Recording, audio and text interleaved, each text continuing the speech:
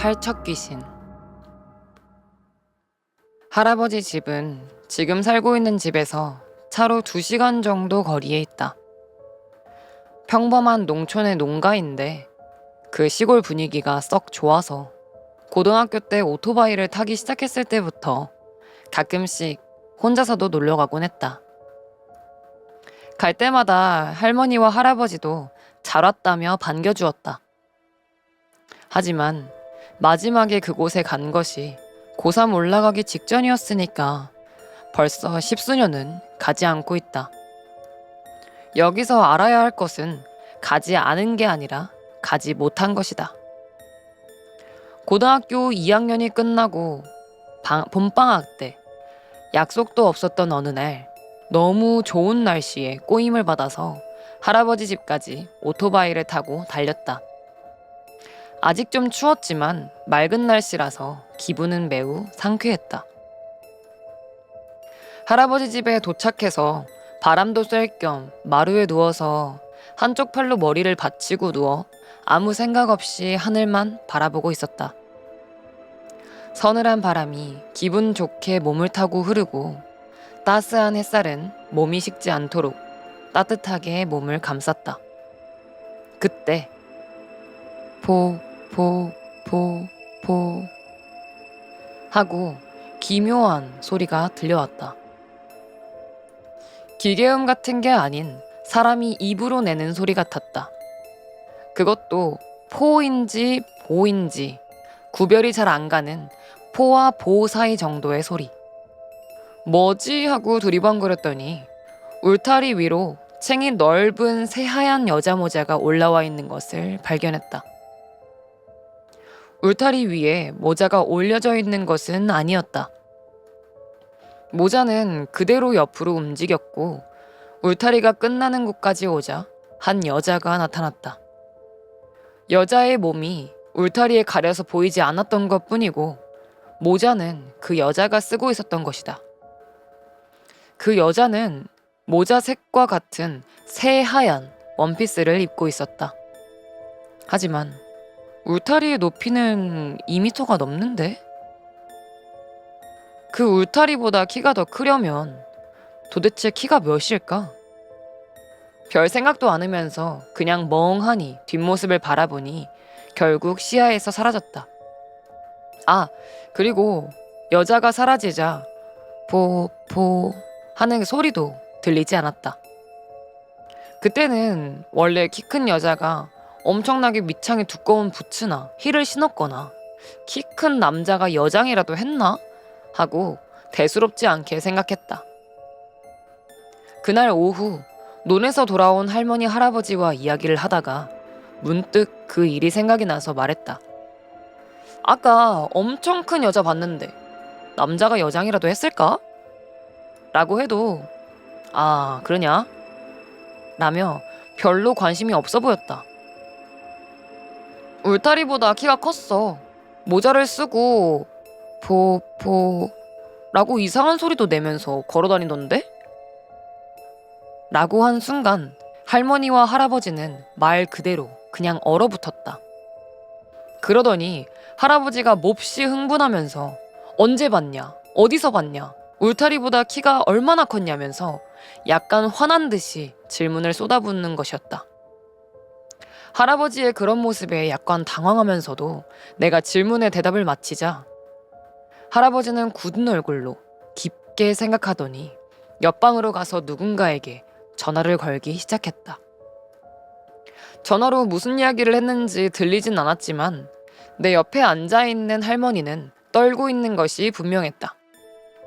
할아버지는 전화를 끝내고 방으로 돌아와서 오늘 밤은 자고 가라고, 아니 무슨 일이 있어도 집으로 못 보내게 되었다고 말했다. 나는 무슨 잘못을 해버린 걸까? 라고 필사적으로 생각을 해봤지만 아무 생각도 나질 않았다. 아까 그 여자도 내가 보러 간 것이 아니라 그 여자가 마음대로 나타난 것이고 급히 나갈 준비를 하더니 할아버지는 누굴 데리러 간다고만 말을 하고 차를 타고 나가버렸다. 할머니에게 조심스럽게 무슨 일이냐고 물어보자 내가 팔척 귀신한테 홀린 것뿐이고 할아버지께서 어떻게든 해주실 거라고 아무 걱정도 하지 말라고 하였다.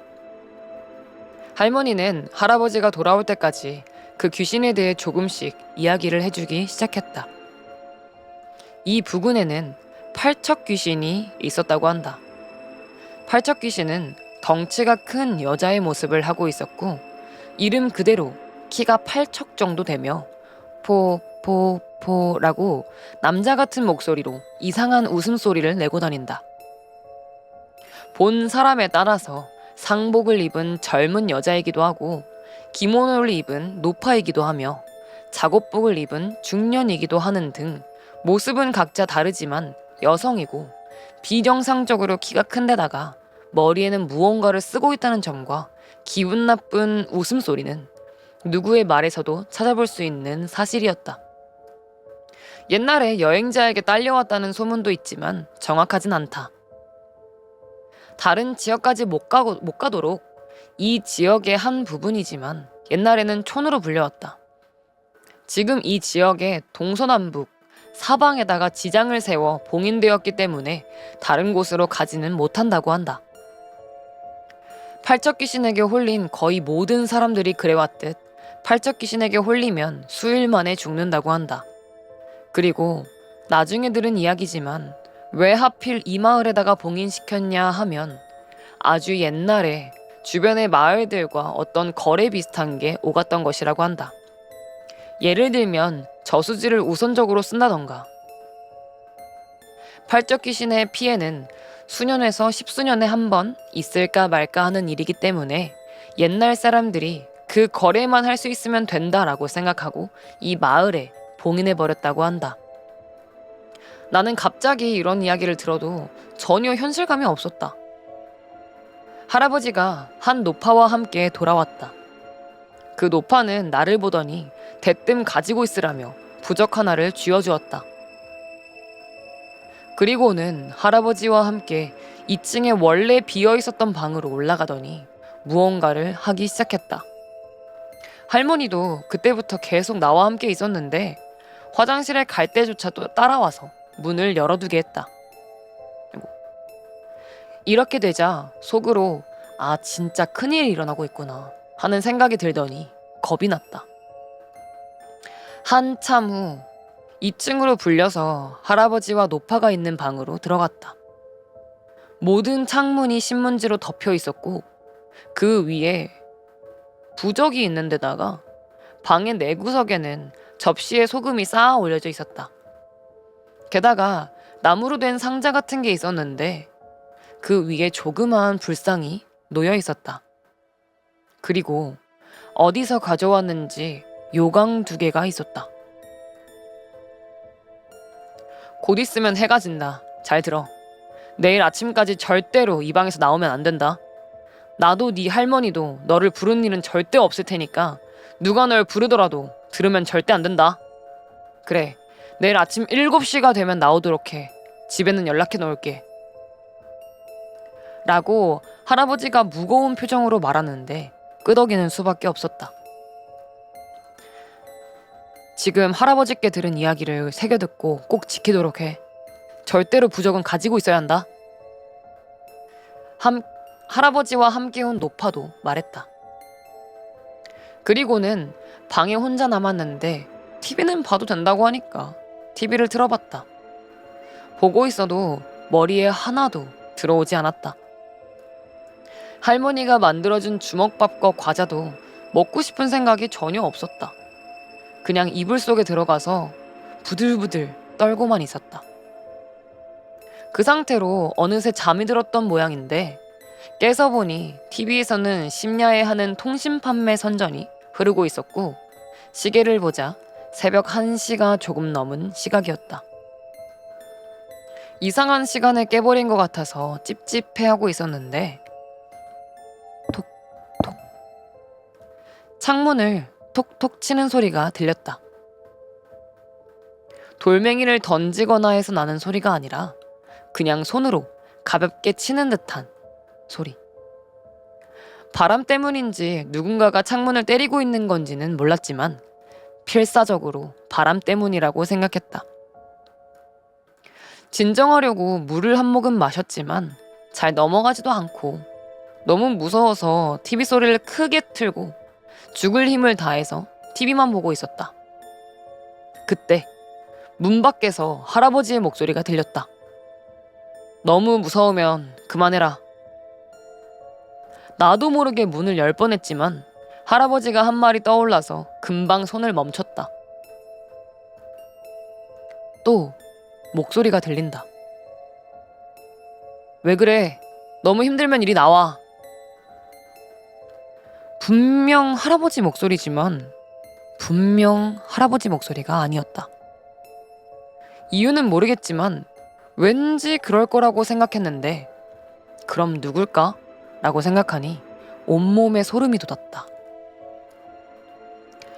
방구석에 둔 소금 접시를 보니 쌓아둔 소금의 윗부분이 까맣게 변해 있었다.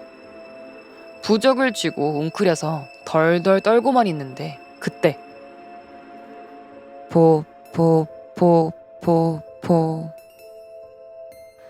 낮에 들은 그 목소리가 들리더니 갑자기 창문이 미친 듯이 흔들렸다. 다른 생각을 할 수도 없고 낮에 본 그것이 웃는 얼굴로 창문 밑에 서서 손을 뻗어서 창문을 흔들고 있는 광경이 머릿속에 떠올라서 미칠 것만 같았다. 나는 나무 상자 위에 놓여진 불상 앞에 엎드려서 있는 힘을 다해 빌었다. 살려달라고. 정말 길고도 긴 밤이었지만 아침은 와 있었다. 눈을 뜨자 켜놓았던 TV에서는 아침 뉴스를 하고 있었다. 화면 구석에 표시되는 시간은 7시 13분. 창문을 두드리는 소리도 그 목소리도 들리지 않았다. 나는 어느샌가 기절해 있었던 것 같다. 방 구석에 놓아둔 소금은 전체가 새카맣게 변해 있었다. 혹시 몰라서 내 시계를 봐도 같은 시간이었기 때문에 조심스럽게 방 문을 열자 그곳에는 할머니와 노파가 기다리고 있었다. 다행이다, 다행이다 라면서 울고 있었다. 1층으로 내려가자 아버지도 와 있었다. 바깥에서 할아버지의 어서 나오라는 소리가 들려서 나가보니 어디서 가져왔는지 승합차가 한 대 서 있었고 마당에는 마을 남자로 보이는 사람들이 몇 명 서 있었다. 승합차는 9인승이었고 운전석의 할아버지, 조수석의 아버지, 조수석과 운전석 사이의 의자에 할아버지가 데려온 노파가 앉고 나는 정중앙에 앉게 되어서 8명이 내 주위를 둘러싸는 형태가 되었다. 고개 숙이고 절대 눈 뜨지 마. 우리에겐 안 보여도 너한텐 보이니까 괜찮다고 할 때까지 눈 감고 있어. 내 오른쪽에 앉은 50살 정도 돼 보이는 사람이 말했다. 차가 달리기 시작했다. 얼마 동안 달리자 조수석에 앉아있던 노파가 여기서부터가 고비라며 연부를 외기 시작했는데 갑자기 창밖에서 또 그 소리가 들려왔다. 노파에게 받은 부적을 꽉 쥐고 눈을 감고 고개를 숙이고 있었지만 정말 딱 한순간 실눈을 뜨고 옆을 봐버렸다. 긴 팔다리의 관절을 이상한 방향으로 꺾으면서 차 바로 옆을 달리고 있는 하얀 원피스의 여자. 머리는 창문보다 높은 곳에 있어서 보이지 않았지만 차 안을 들여다보려는지 몸을 굽히려고 하자 나도 모르게 휙 하는 소리가 났다. 보지 마! 옆에 앉은 사람이 화난 듯이 말했다. 놀라서 눈을 꽉 감고 부적을 더욱 세게 쥐고 있었다. 콩, 콩, 콩, 콩. 유리창을 때리는 소리가 들리기 시작했다.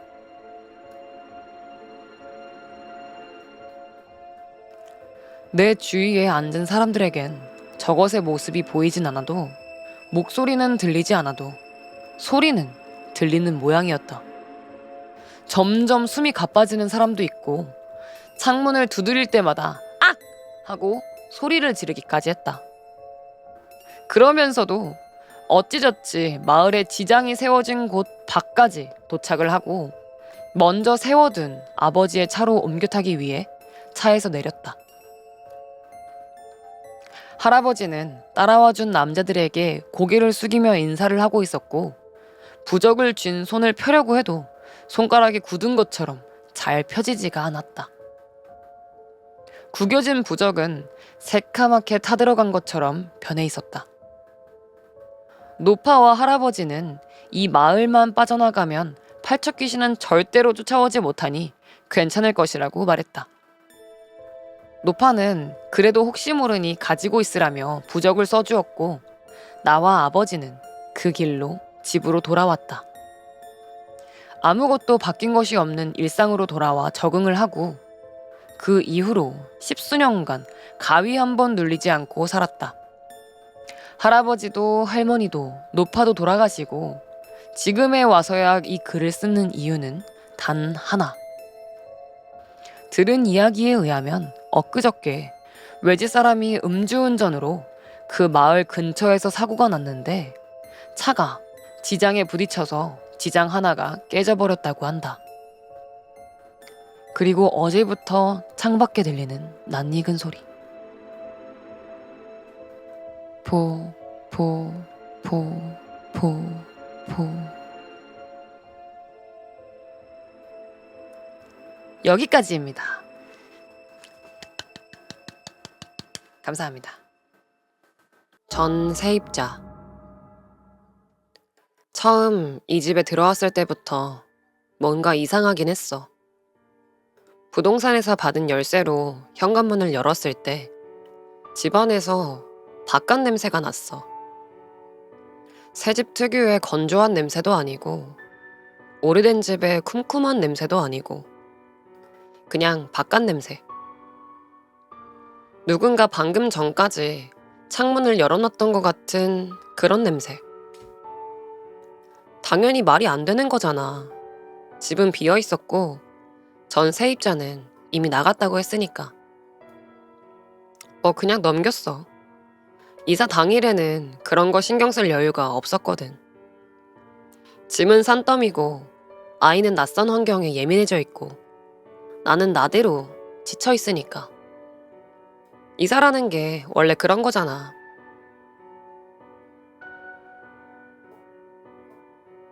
온 신경이 박스 개수랑 가구 배치에 쏠려 있어서 뭔가 이상해도 일단 뒤로 미루게 되는. 그날 밤 짐을 다 풀지도 못한 채로 쓰러져 잠이 들었어. 자다가 한 번 깼어. 새벽 2시쯤? 아이 때문인지 소리 때문인지 모르겠는데 눈이 떠졌어. 천장이 낯설었어. 당연히 낯설지. 이사 온 날이니까. 근데 그 낯선 게 좀 달랐어. 오래 쳐다보고 싶지 않은 낯섦이었어. 그냥 눈을 감고 다시 잤어. 전 세입자 물건이 나온 건 이사 다음 날이었어. 싱크대 아래 수납장을 열었더니 냄비가 하나 있었어. 오래된 거였어. 바닥이 좀 탄 흔적이 있고 손잡이 한쪽이 살짝 긁혀 있었어.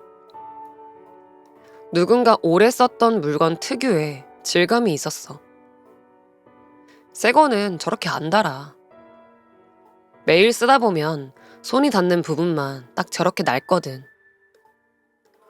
부동산에 연락했더니 전 세입자한테 연락해보겠다고 했어. 근데 연락이 안 된다고 하더라고. 그냥 버려도 된다고. 그래서 버렸어. 봉투에 넣어서 분리수거장에 뒀어. 그리고 이틀 뒤 베란다 구석에서 슬리퍼 한 짝이 나왔어. 짝이 없는 슬리퍼. 작은 사이즈였어. 성인 것 치고는 좀 작고 아이 것 치고는 컸어. 딱 그 애매한 크기. 오래 신어서 뒤꿈치 부분이 눌려 있었어. 주로 왼발로 신었었나 봐. 왼쪽이 더 눌려 있었어. 왜 짝이 없는 건지는 모르겠어. 생각하지 않기로 했어. 그것도 갖다 버렸어. 그 다음엔 욕실 수납장 안쪽에서 샴푸 반 정도가 남아 있었어. 뚜껑을 열어봤더니 냄새가 났어. 뭐 특별한 냄새는 아니야. 그냥 흔한 샴푸 냄새. 근데 왜인지 손에 한참 들고 있었어. 누군가의 냄새가 이 안에 남아있다는 게, 그 사람이 쓰다만 채로 두고 갔다는 게 왜인지 이상하게 마음에 걸렸어. 그것도 버렸어. 생각해보면 이 집에서 물건 버리는 게 일처럼 됐어. 며칠에 한 번씩 전 세입자 물건이 나오는 거야. 찾으러 다닌 것도 아닌데 그냥 눈에 띄어. 커튼봉 위에 올려진 수건, 신발장 안쪽에 밀려 들어간 우산, 냉장고 안쪽 구석에 붙어있는 메모지. 메모지엔 아무것도 안 쓰여 있었어. 아니, 정확히는 뭔가를 쓰려다가 만 것 같았어. 볼펜으로 꾹 눌렀다가 멈춘 자국만 있었거든.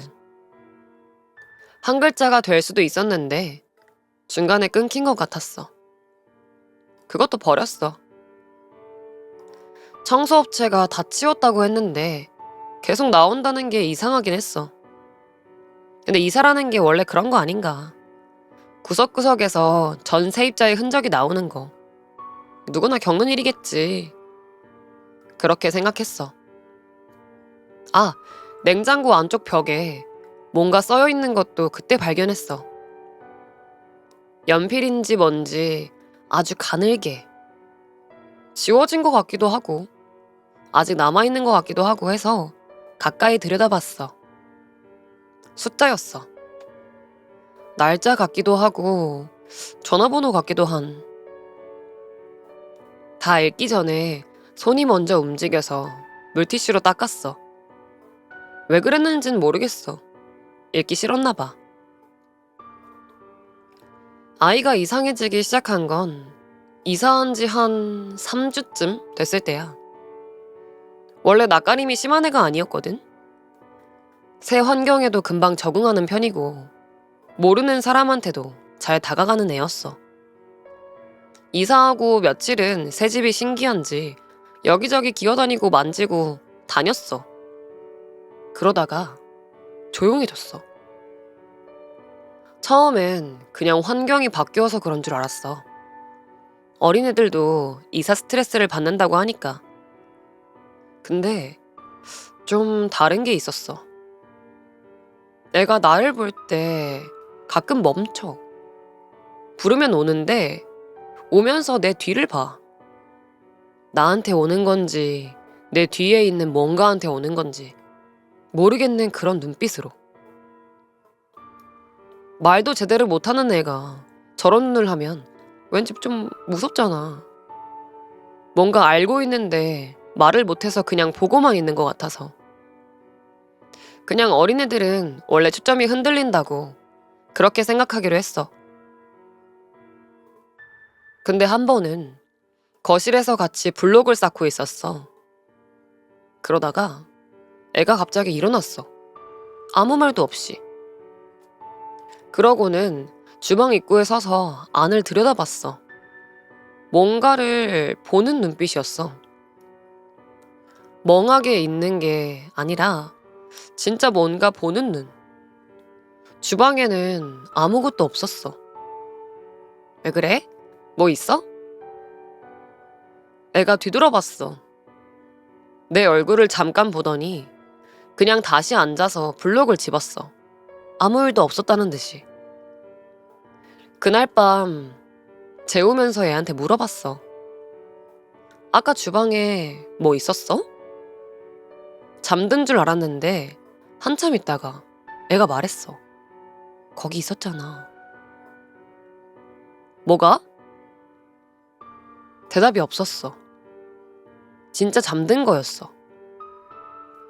나는 한동안 어두운 천장을 보고 있었어. 말도 제대로 못하는 애가 하는 말이니까. 그 나이 때 애들은 원래 없는 걸 본다고 하잖아. 상상력이 풍부해서. 무서운 게 아니라 그냥 그 나이 때 특징이라고. 그렇게 생각하기로 했어. 며칠 뒤였어. 저녁을 먹이고 있었어.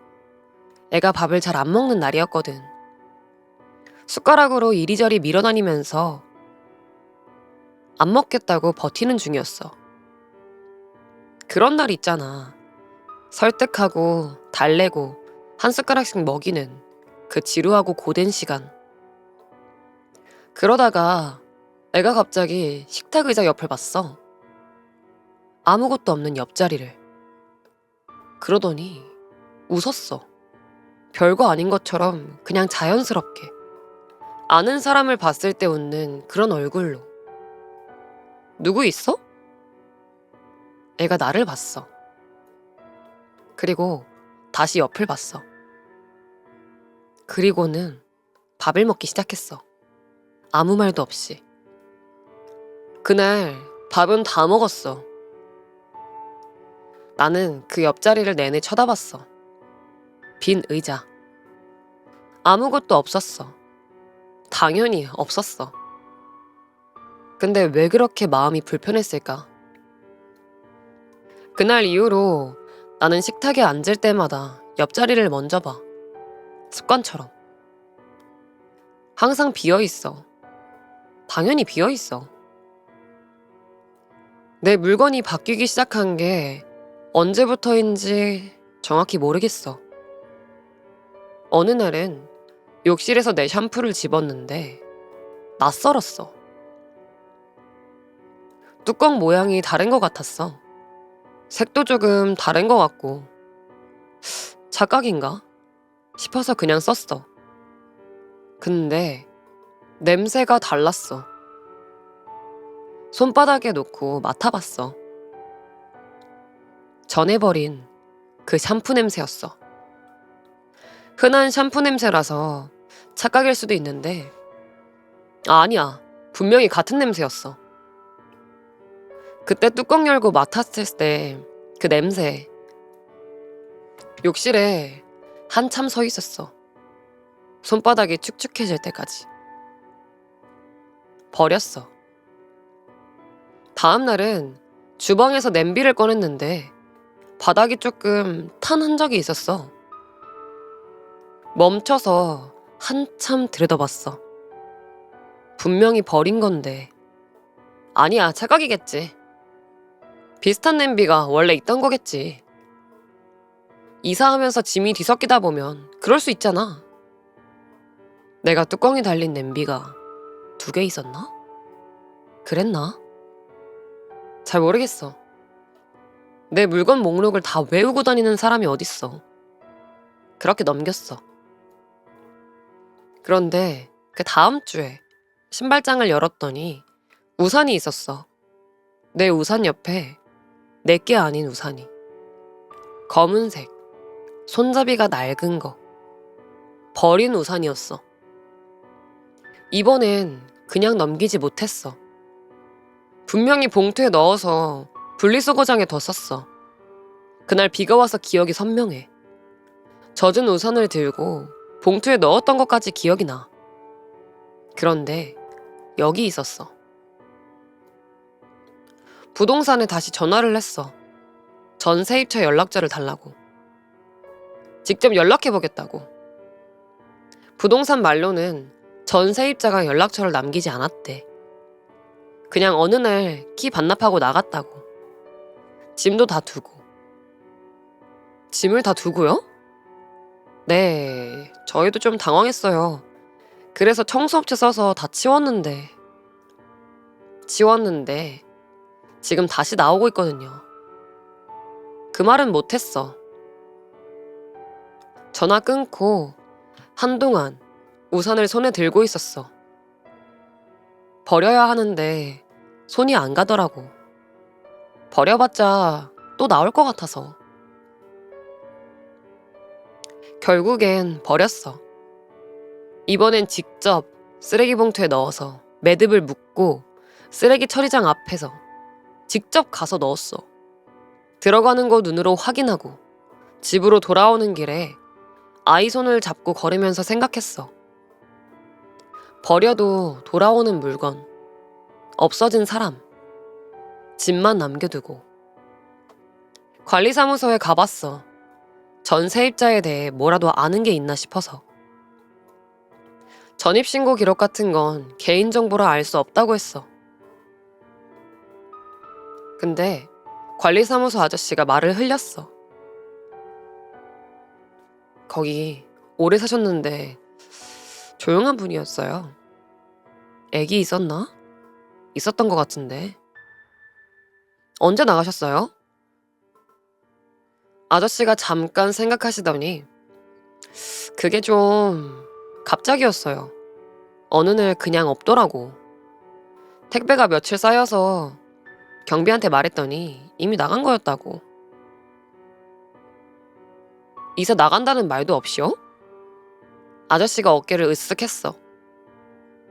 원래 말이 없는 분이셨어요. 뭐 계약 끝나면 나가는 거니까. 갑자기 없어진다는 게 어떤 건지 짐도 두고 연락처도 없이 택배가 쌓이도록 어디에 간 걸까? 그 즈음부터 집이 달라 보이기 시작했어. 아니, 정확하긴 모르겠어. 원래 있었던 건데 이제야 보이기 시작한 건지, 아니면 실제로 뭔가가 바뀌고 있었던 건지. 거실 창가에 자국이 있었어. 누군가 자주 기댔던 것 같은 자국. 창틀에 손을 올려놓고 밖을 자주 내다봤던 것 같은. 페인트가 달아 있었어. 이사 올 때부터 있었던 건지 지금 생긴 건지 알 수가 없었어. 나도 모르게 같은 자리에 손을 올려봤어. 딱 맞았어. 손 크기가. 화장실 거울 모서리에 뭔가 붙어 있었어. 아주 작은 스티커 잔해 같은 거. 떼어낸 흔적. 원래 뭐가 붙어 있었던 것 같은데 뭐였는진 모르지. 그냥 남은 끈끈한 자국. 왜 거울 모서리에 스티커를 붙여놨을까? 뭔가를 기억하려고, 아니면 잊지 않으려고? 그날 밤이었어. 아이를 재우고 거실에 앉아 있었어. 육아휴직 중에 이런 시간이 좋았거든. 아이를 재우고 혼자 있는 이 시간. 뭔가를 하는 것도 아니고 그냥 앉아 있는 시간. 낮 동안 아이한테 쏟아부은 에너지를 천천히 되찾는 것 같은 그 시간. 근데 그날은 이상했어. 거실이 낯설었어. 내 짐으로 채워진 공간인데 어딘가 안 맞는 것 같았어. 내가 고른 커튼, 내가 배치한 소파, 내가 놓은 화분. 근데 왜 낯설지? 일어나서 화분을 봤어. 내가 이사하면서 가져온 화분이야, 분명히. 근데 흙이 달랐어. 내가 쓰던 흙이 아니었어. 더 어두운 색이었어. 누군가 물을 자주 줘서 굳어진 것 같은 흙. 나는 이 화분에 이사 온 뒤로 물을 한 번밖에 안 줬는데 한참 그 화분을 들여다봤어. 창밖에서 바람 소리가 났어. 바깥 냄새. 처음 이 집에 들어왔을 때 맡았던 그 냄새. 방금 전까지 창문을 열어놨던 것 같은 그런 냄새. 창문은 닫혀 있었어. 아이가 처음으로 다른 이름으로 날 부른 건 그 주 주말이었어. 블럭 가져다 달라고 하면서 분명히 다른 이름을 불렀어. 짧게, 흘리듯이. 말도 제대로 못하는 애가 내뱉은 소리치고는 너무 또렷했어. 완전히 다른 이름이었어. 내 이름이 아닌 이름. 세 글자. 내가 잘못 들은 것 같기도 했어. 지금 뭐라고 했어? 애가 나를 봤어. 엄마. 그러고는 웃었어. 원래 웃는 얼굴로. 근데 그 1초 사이에 분명 다른 걸 불렀어. 말도 제대로 못하는 애가 부를 수 없는 이름이었어. 그냥 잘못 들은 거야. 그렇게 생각했어. 그런데 그날 밤 재우면서 자꾸 그 소리가 귓가에 맴돌았어. 정확한 발음은 아니었어. 그런데 이름이었어. 분명히 누군가의 이름이었어. 전세입자 이름이 뭔지 모르잖아. 그 이후로 나는 전세입자를 찾기 시작했어. 인터넷에 이 아파트 이름이랑 관련 검색어를 넣어봤어. 별거 안 나왔어. 커뮤니티에 이 동, 이 라인 살았던 사람 아는지 물어보는 글도 올렸어. 아무도 몰랐어. 그러다가 아파트 맘카페에서 오래된 글 하나를 발견했어. 몇 년 전에 올라온 글이었어. 제목이 저만 이상한가요?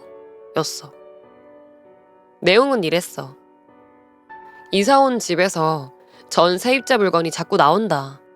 버려도 다시 나온다. 아이가 이상한 행동을 한다. 내 물건이 조금씩 바뀌는 것 같다.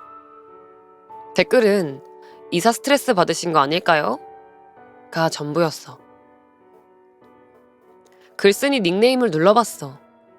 탈퇴한 계정이었어. 글 올린 날짜가 내가 이사 오기 딱 1년 전이었어. 화면을 닫지 못하고 한참을 봤어. 이사 스트레스.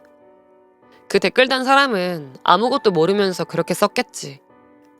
나도 그 글을 처음 봤으면 그렇게 생각했을 거야. 그런데 지금 나는 알아. 이사 스트레스가 아니라는 거.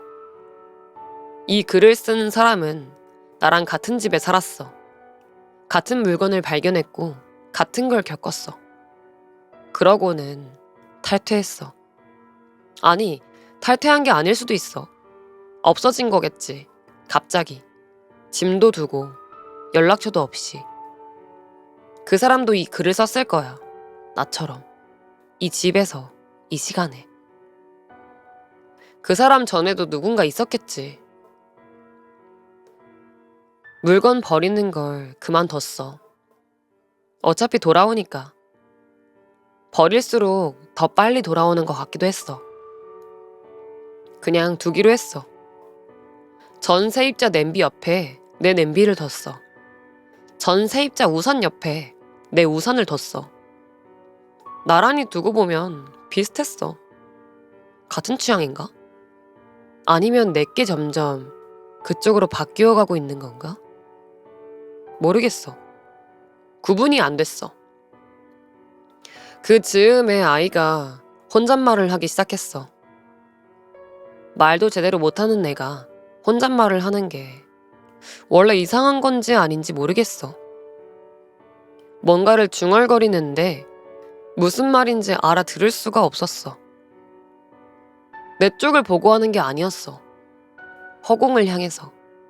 아니면 벽을 향해서. 한 번은 잠결에 우는 소리가 들려서 들어갔더니 자면서 웃고 있었어.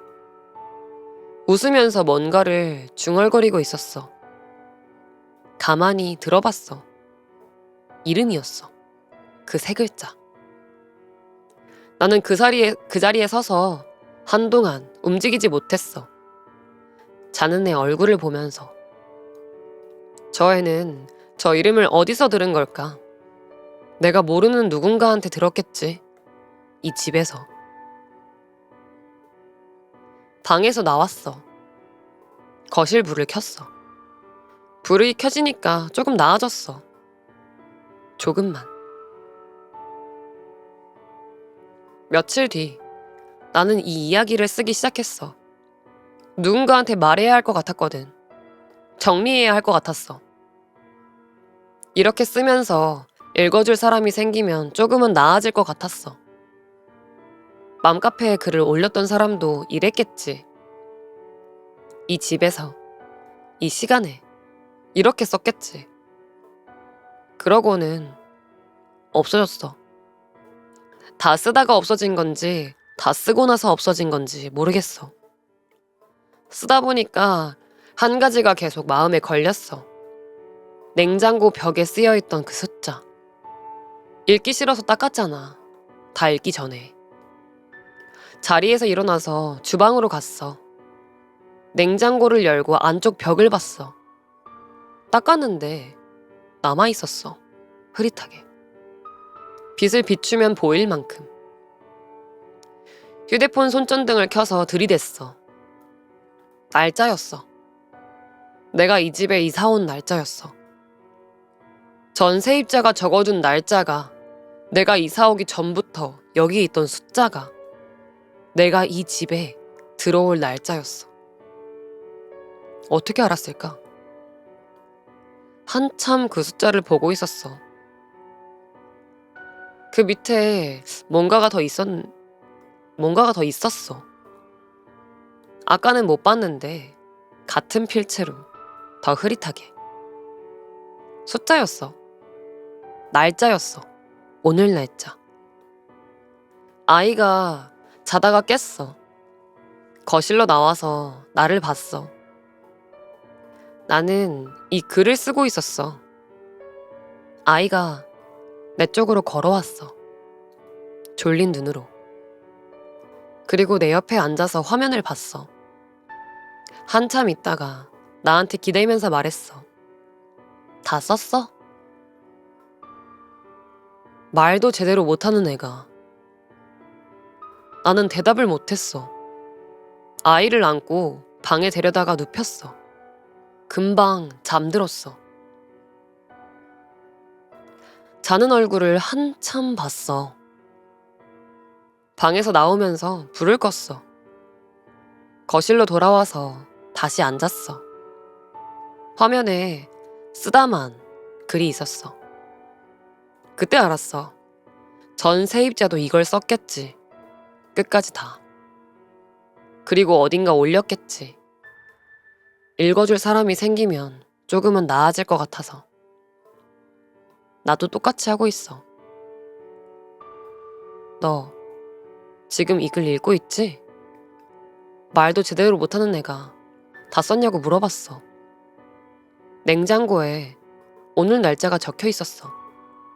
있잖아. 한 가지만 물어볼게. 지금 네 옆에 아이가 있어? 여기까지입니다.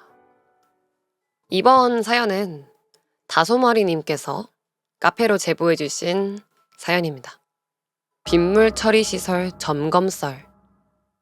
공포썰 찬찬히 몇 가지 올려봅니다. 건물 관리 일을 하는데 일의 특성상 24시간 일을 하고 24시간 쉬는 격일 근무제로 일을 하고 있습니다. 밤에는 잠이 올 수밖에 없어서 공포썰이나 공포 라디오를 들으며 일을 하고 있는데 이것저것 찾아서 듣다가 다율님을 알게 되어 카페까지 가입하게 되었네요. 직업 특성상 빛이 하나도 들어오지 않는 어두운 지하 통로 혹은 지하 구조물에서 손전등 하나 혹은 작업등 하나 들고 일하거나 산 위에 있는 건물이나 구조물들에 한밤중 혹은 새벽에 혼자 올라가는 경우가 많아 여러 군데 돌아다니며 공사를 하다 보니 이것저것 썰이 많습니다. 글을 전문적으로 쓰는 사람이 아니다 보니 뭔가 횡설수설하는 것 같아도 감안하고 읽어주세요. 우선 첫 번째 글입니다. 우수처리 시설 작업설. 1240세대 정도 되는 대규모 아파트 단지에서 일어나고 있는 이야기입니다. 우수처리 집수조를 점검해달라는 요청이 들어왔는데 특이사항으로 담력이 센 분을 요청하시더라고요. 이유는 잘 몰랐지만 막상 현장에 도착해보니 관리자가 말을 굉장히 아끼며 자신은 도면을 제공하고 입구까지만 데려다 주겠다는 말에 어느 정도는 예상을 한 게 작업하다 사람이 죽었나? 였습니다. 작업을 하다가 같이 일하던 작업자가 죽거나 다친 경우에 이런 일이 있긴 해요. 아직 혈흔을 다 치우지 못했다거나 같이 일을 하던 사람이 사고가 나면 그 공간에서 작업하기 힘들어하는 분들이 계시거든요. 원래는 자주 점검할 필요가 없는 곳이지만 추가로 돈을 더 주겠다는 말에 흔쾌히 수락하고 현장으로 갔습니다. 그런데 뭔가 분위기가 이상합니다. 아니, 입구까지는 데려다 준다면서 열쇠를 저한테 넘기더니 이쪽으로 쭉 가면 철문이 하나 있어요 하더니 후다닥 도망가듯 자리를 떠나버리는 겁니다. 아니, 아직 안에 시체라도 있는 건 아닐 텐데 왜 저리 호들갑이야 하면서 문득 예전에 겪었던 아직 혈흔이 낭자했던 현장을 생각하며 투덜거리며 관리자가 가리킨 방향으로 쭉 걸어갔습니다. 잔뜩 녹이 쓴 철문 하나. 제대로 관리했어도 습기가 많아 녹이 슬 수밖에 없는 구조입니다. 이런 경우 제습장치를 설치해서 관리해야만 하지만 사람이 많이 지나다니는 통로가 아닌 이상 제습장비가 고장나면 고치지 않는 경우가 많기 때문에 통로에서부터 천정과 벽면에 물이 방울방울 잔뜩 맺혀 있었죠. 문을 열고 들어갔다가 목덜미에 차가운 느낌이 들어 깜짝 놀랐습니다. 녹슨 문이 뻑뻑해서 힘을 주며 열다 보니 확 열리는 충격에 천장에 맺힌 물이 머리와 목덜미로 떨어져서 기분이 확 나빠졌습니다. 이런 경우에 전기 작업을 하려면 골치 아픈 게 환기도 해야 하고 내부에 고인 습기를 제거해야 하기 때문에 송풍기와 대형 선풍기를 이용해서 습기를 날리는 작업부터 시간이 꽤나 걸리기 때문에 우선 작업 전후 사진을 찍어서 기록을 남겨둬야 합니다. 그래서 핸드폰을 꺼내 사진을 찍기 시작했습니다. 지하 집수조 앞, 뒤, 양옆 사진을 찍으면서 내부 사진을 찍으려고 집수조 위에 올라가 핸드폰을 내부로 집어넣는데 갑자기 뒷목이 뻣뻣해지고 뒷머리가 쭈뼛 서는 느낌이 들며 누군가의 말소리가 들립니다. 소음은 절대 아닙니다. 아파트 지하 3층 깊숙이 있는 지하 집수조에 관리자조차 열쇠를 던지듯이 주고 도망갔는 데다가 들어오며 철문을 쾅 닫았더니 제대로 열리지 않고 누군가 왔다면 끼기기하는 금속끼리 긁히는 소리가 무조건 들렸을 테니까요. 들릴만한 소음 같은 건 제가 내는 발소리 정도나 투덜거리는 소리가 다일 터였습니다. 저는 외국어라고는 일본어 조금, 영어 조금 할 줄 아는 40대 아저씨입니다. 그런데 확실히 그건 익숙한 한국어는 아니었습니다. 지금도 무슨 뜻인지는 모르겠지만 나장, 나장, 나고장, 나글로장 흐느끼듯 말을 걸어왔습니다. 분명 사람의 말소리입니다. 그런데 전 이럴 때 대처법을 잘 알고 있습니다. 바로 쌍욕을 여기저기 내뱉는 것. 이 땡땡아 뭐야 귀신이야?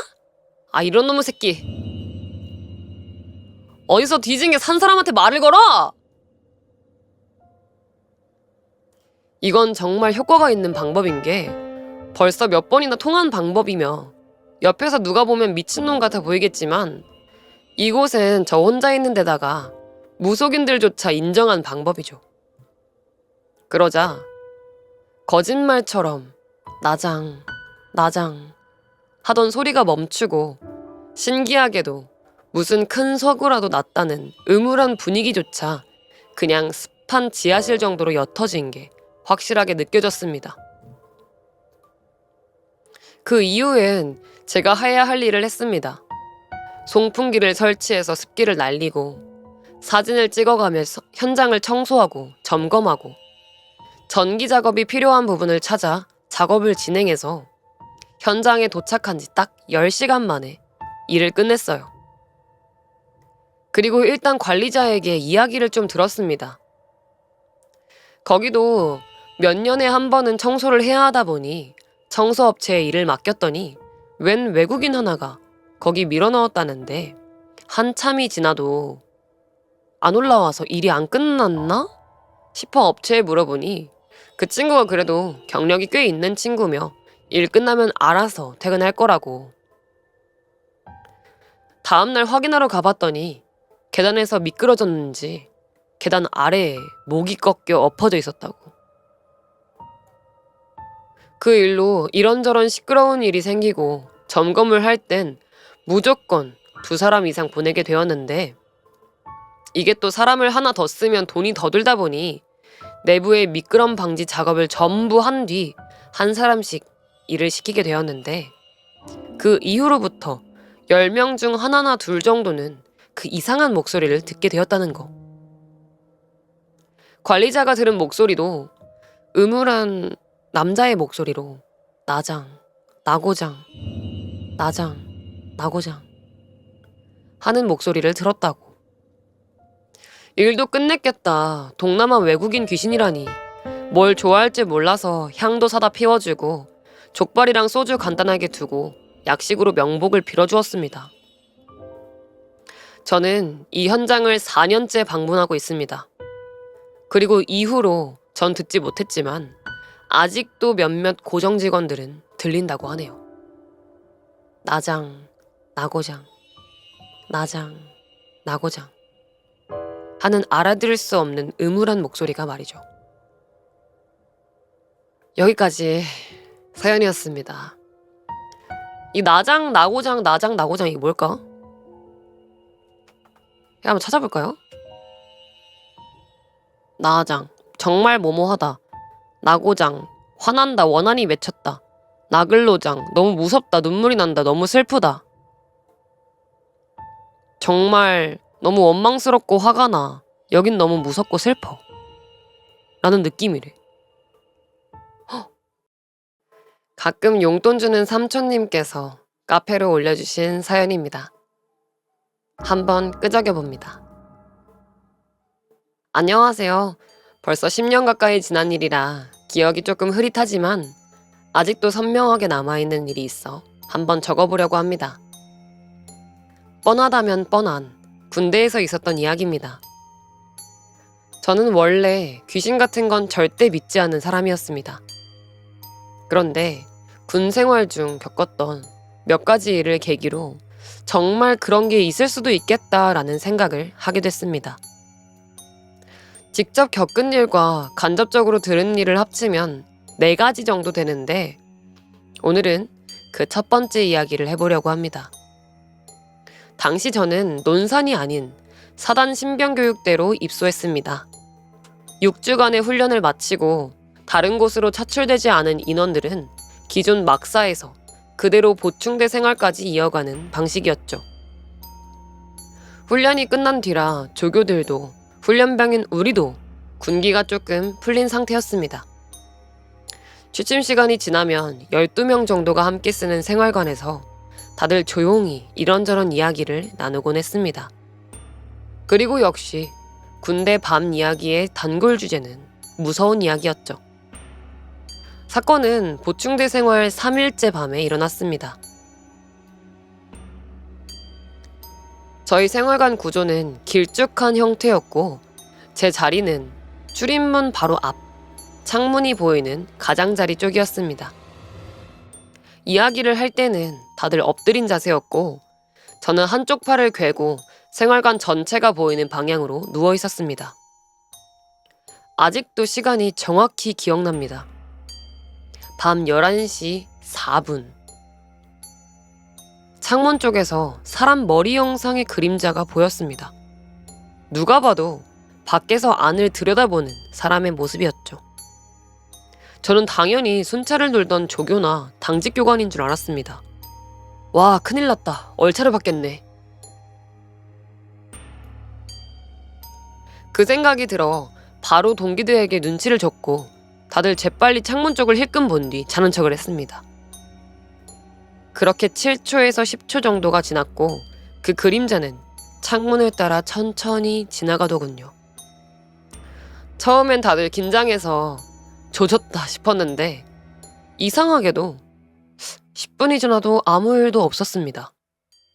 그제야 우리는 이 정도는 그냥 넘어가 주시나 보다 하고 다시 무서운 이야기를 이어가려고 했죠. 그때였습니다. 원래 그 생활관에서 지내던 한 동기가 갑자기 떨리는 목소리로 우리를 불렀습니다. 근데 생각해보니까 여기 구조상 사람 머리만 보이는 게 불가능한데? 순간 생활관 분위기가 싸해졌습니다. 그 동기 말로는 생활관 바깥 지형이 반지하처럼 되어 있어서 누가 창문 앞에 서면 아무리 작아도 몸통까지는 반드시 보여야 한다 라는 겁니다. 그런데 우리가 본 건 분명 머리 그림자 뿐이었죠. 소름이 확 돋았습니다. 우리는 바로 창문을 열고 밖을 확인했습니다. 실제로 보니 정말 그 말이 맞았습니다. 정상적으로 서 있는 사람이라면 몸이 아니라 다리까지 보여야 하는 그런 높이였던 겁니다. 순간 너무 이상해서 제가 동기들에게 물었습니다. 너네도 다 봤지? 사람 그림자 맞았지? 다들 봤다고 했습니다. 그런데 제가 분명 한 명이었는데 라고 말하자 바로 옆 동기가 이렇게 말하더군요. 난 2명이었는데? 그 말을 시작으로 생활관 안이 뒤집혔습니다. 누구는 1명을 봤다고 하고 누구는 2명, 3명, 심지어 4명까지 봤다고 했습니다. 더 이상한 건 바로 옆에 있던 사람들끼리도 본 숫자가 달랐다는 겁니다. 단순히 각도 차이라고 보기엔 설명이 안 됐죠.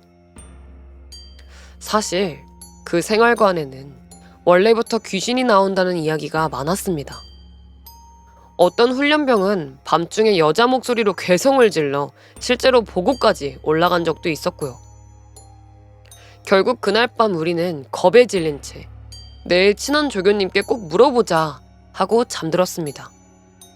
그렇게 무서웠는데도 몸이 피곤하니 잠은 잘 오더라고요. 다음 날 짬이 좀 찬 조교님께 조심스럽게 전날 일을 말씀드렸습니다. 괜히 떠들다 걸린 줄 알고 죄송합니다. 다음부턴 주의하겠습니다. 라고 했더니 조교님이 의아한 표정으로 말씀하시더군요. 거기 순찰 경로 아닌데? 그 말을 듣는 순간 다 같이 얼어붙었습니다. 그날 밤 우리가 본 건 도대체 뭐였을까요? 그리고 이야기는 여기서 끝이 아닙니다. 사실 저는 이후 그 신교대, 그 중대에 그대로 조교로 차출되었습니다. 당시엔 선임 조교들이 가끔 저를 따로 불러서 담배를 피우게 해주는 특혜를 주곤 했습니다.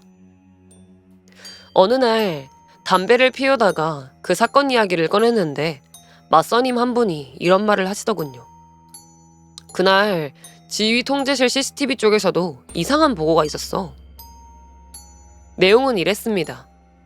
밤 10시쯤 초소 교대 전 탄역구 주변을 순찰하던 근무조가 있었는데 원래는 사수와 부사수 총 2명이 움직이는 시스템이었다고 합니다. 그런데 CCTV를 보던 인원과 당시 교대하려던 근무자가 무전으로 이렇게 보고했다는 겁니다. 울타리 쪽 이동 인원 3명 확인됩니다. 심지어 한 명은 마치 바닥을 기어오는 것처럼 보였다고 합니다. 그런데 더 소름 돋는 건 당시 그 현장에 있었던 2명 중 1명이 바로 그 맞선임이었다는 겁니다. 실제로 현장엔 분명 2명뿐이었고 나중에 교대받으러 온 인원조차 왜 3명이었냐라고 물었다고 하더군요. 그 선임은 그날 근무 내내 이상하게 발목이 너무 아프고 이유 없이 무서웠다고 합니다. 그 이야기를 듣고 저는 다시 그 생활관 위치를 밖에서 확인해봤습니다. 그리고 깨달았습니다. 창문에 얼굴만 보이려면 정확히 바닥에부터 기어와야 하는 높이였다는 걸요. 게다가 그 방향으로 계속 가면 바로 근무초소가 나오는 길이었습니다. 그 순간 이상하게도 그날 밤 창문 밖을 지나가던 그림자와 CCTV 속 기어오는 존재가 머릿속에서 겹쳐졌습니다. 물론 지금도 그게 정말 귀신이었다고 단정할 순 없습니다. 착각이었을 수도 있고 우연히 겹친 걸 수도 있겠죠. 하지만 그날 분위기와 그때 느꼈던 소름은 아직도 잊히지가 않습니다. 이게 제가 군대에서 처음 겪었던 이야기입니다. 당시엔 그냥 그럴 수도 있나 보다 정도로 넘겼지만 시간이 지날수록 점점 더 이상하게 느껴지더군요. 지금 생각해보면 그림처럼 보고 있다가 다시 초소로 기어가지 않았나 싶네요. 두서없는 긴 글 읽어주셔서 감사합니다. 이게 그 창문이죠. 이렇게 기어서 창문을 보고 있다가 그 초소로 기어간 거 아닐까 한다고요. 여기까지였습니다. 천사중년 이티님께서 카페로 만들어주신 창작글입니다. 수면 녹음 앱. 자취를 시작한 지 딱 일주일째 되던 날이었습니다. 새로운 환경 탓인지 매일 밤 선잠을 자는 것 같아 수면 패턴을 분석해준다는 스마트폰 앱을 다운로드 받았습니다. 이 앱은 자는 동안 뒤척이는 소리나 잠꼬대 등을 자동으로 녹음해주는 기능이 있었습니다. 다음날 아침 개운하지 않은 몸을 이끌고 일어난 저는 습관적으로 앱을 확인했습니다. 화면에는 새벽 3시 14분 음성 녹음됨이라는 알림이 떠 있었습니다.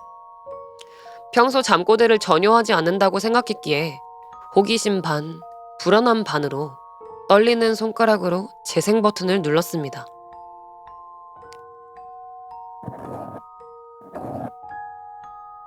처음엔 이불이 스치는 소리만 계속 들렸습니다. 그냥 뒤척이는 소리가 녹음됐나 보다 생각하고 끄려고 했는데 갑자기 낮고 건조한 제 목소리가 흘러나왔습니다. 문 닫아. 분명 제 목소리였습니다. 잠결에 무언가 불편했던 모양이라 대수롭지 않게 넘기려던 찰나 정적을 깨고 스마트폰 스피커에서 다른 사람의 기괴한 목소리가 이어졌습니다. 열려있는데? 순간 등줄기에 소름이 쫙 돋으며 숨이 턱 막혔습니다. 분명 저는 이 좁은 원룸에 혼자 살고 있습니다. 그리고 어젯밤 전 확실히 방문을 잠그고 침대에 누웠습니다. 얼어붙은 몸을 억지로 움직여 떨리는 고개를 천천히 방문 쪽으로 돌렸습니다. 굳게 닫혀 있어야 할 제 방문이 손가락 하나가 들어갈 만큼 미세하게 열려 있었습니다. 그리고 그 어둡고 좁은 문틈 사이로 새하얀 눈동자 하나가 저를 빤히 응시하고 있었습니다. 그리고 웃으면서 어제랑 똑같은 말을 내뱉으면서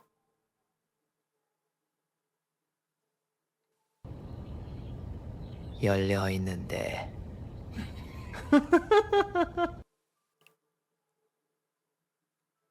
여기까지 짧은 창작글이었습니다.